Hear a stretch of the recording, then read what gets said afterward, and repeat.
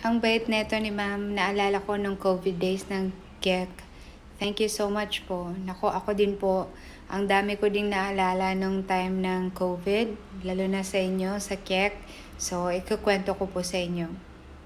Alam nyo po, before KYAC COVID, yung laman ng TikTok ko is talagang for fun lang, sayaw-sayaw lang.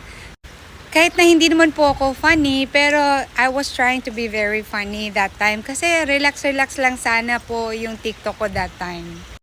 Pero nung nag-KYAC problem po yung COVID or KEC, talagang I decided na parang i-extend po yung kalinga sa mga kababayan dito sa TikTok. Kaya hanggang ngayon po, yan na yung nakikita ninyo sa TikTok ko. Talagang kalinga para sa mga kababayan natin. Pero alam nyo po madam, salamat po kasi na-appreciate nyo po ako. Minsan kasi, hindi nakikita ng tao yung totoong concern ng kababayan nila. Ang alam lang nila, maraming sinasabi. Pero ang totoo, kung sino pa yung nagsasabi sa iyo ng katotohanan, yan ang totoong kaibigan. Halimbawa na lang, kumakain kayo sa labas ng mga friends mo.